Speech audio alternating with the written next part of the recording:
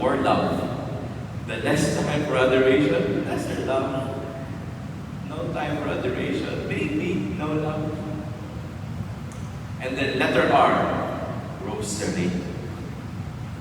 Let's always have the devotion to our Blessed Mother. She would help us in this valley of tears.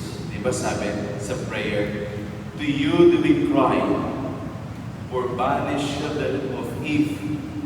To you do we send up our sighs, mourning and weeping.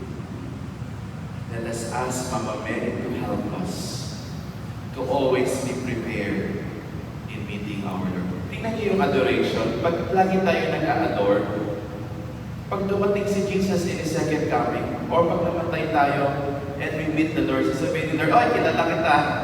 Lagi kang nag-a-adoration. Lagi tayong magkaharap sa Blessed Sacrament.